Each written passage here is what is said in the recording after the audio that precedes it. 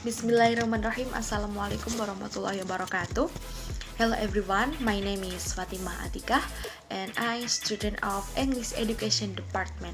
This video is about result of my research. My topic is about how to make air mushroom fermentation.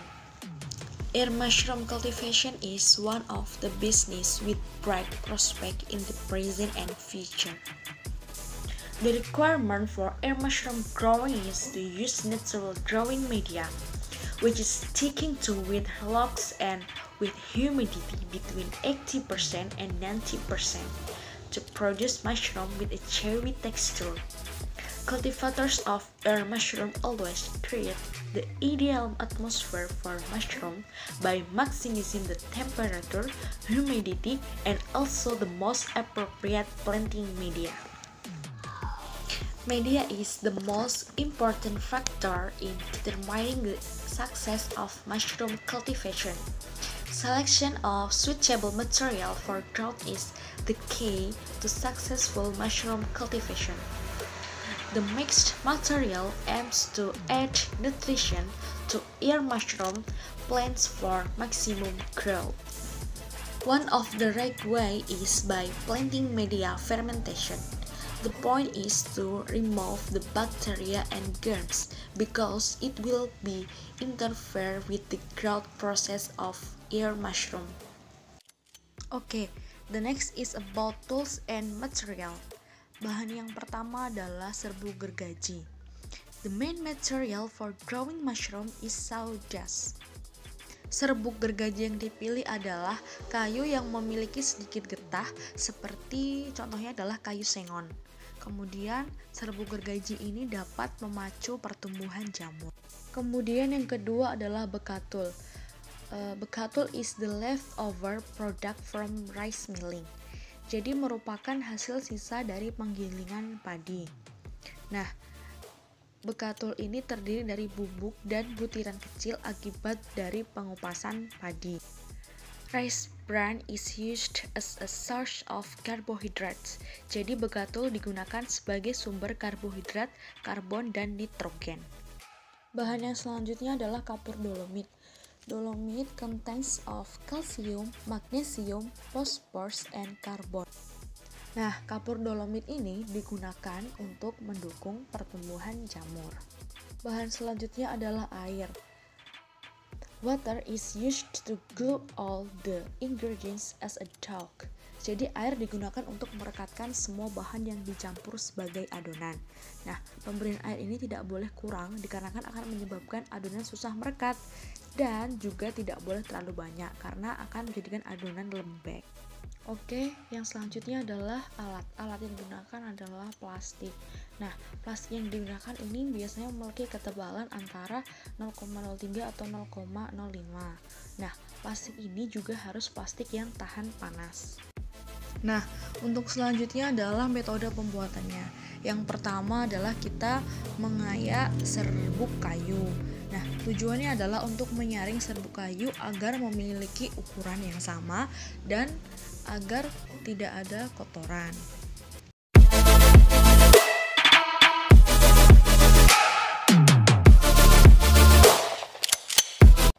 Nah, setelah serbuk kayu menjadi halus atau sudah bersih dari kotoran dan memiliki ukuran yang sama, proses selanjutnya adalah mencampurkan semua bahan. Nah, bahan yang dicampur tersebut fungsinya adalah untuk menambah nutrisi daripada jamur itu sendiri. Jadi, semua bahan-bahannya kita campur.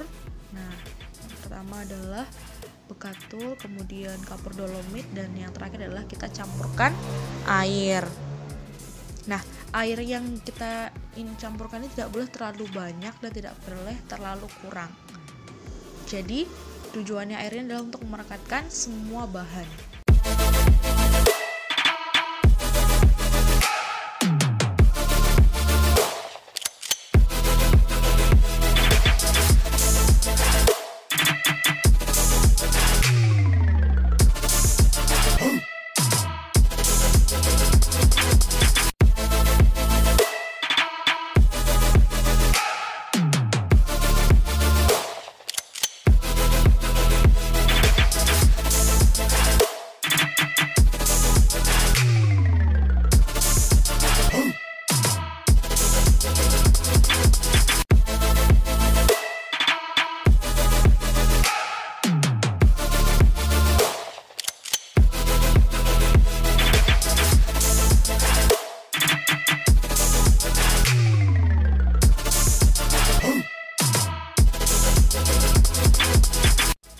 Nah, kita campurkan semua bahan dengan kita rekatkan dengan air, kita aduk sampai benar-benar semuanya sudah tercampur.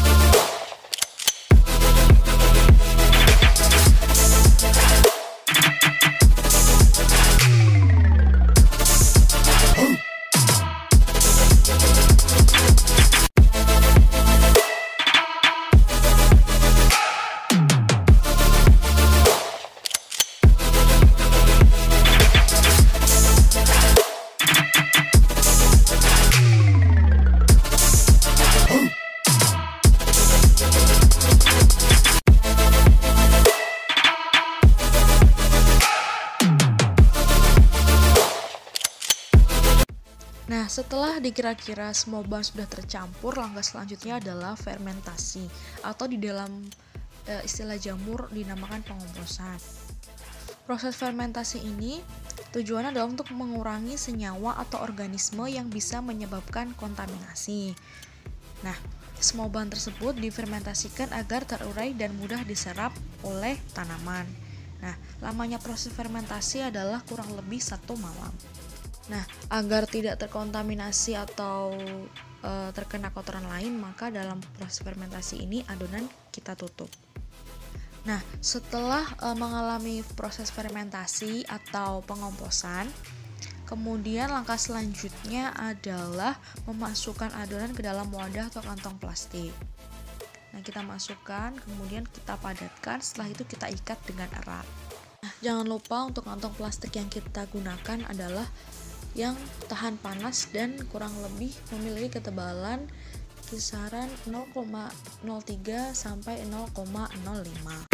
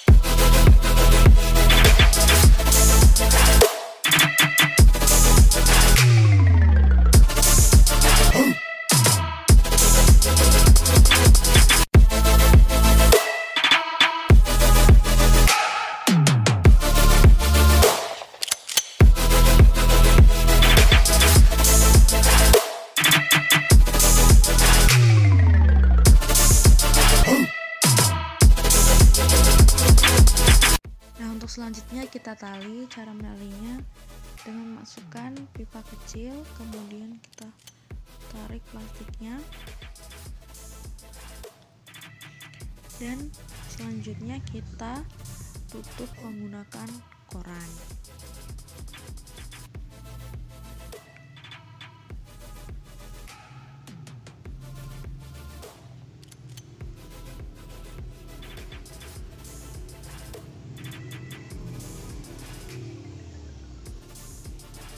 Dan kemudian setelah itu kita tali dengan karet agar semakin dekat.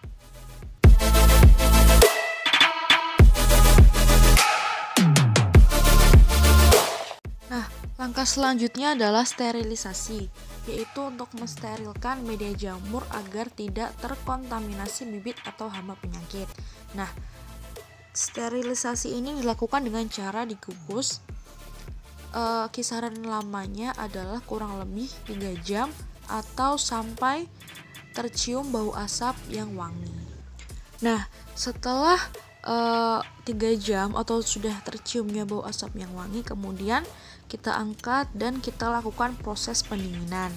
Nah, baglok didinginkan atau didiamkan selama kurang lebih 1 atau 2 hari hingga benar-benar dingin. Setelah media tanam jamur dingin, selanjutnya adalah bisa dilakukan proses pembibitan jamur. Nah, media tanam ini sudah siap digunakan.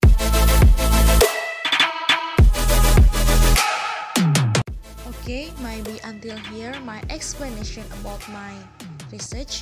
If I have wrong, I hope you all pardon me please.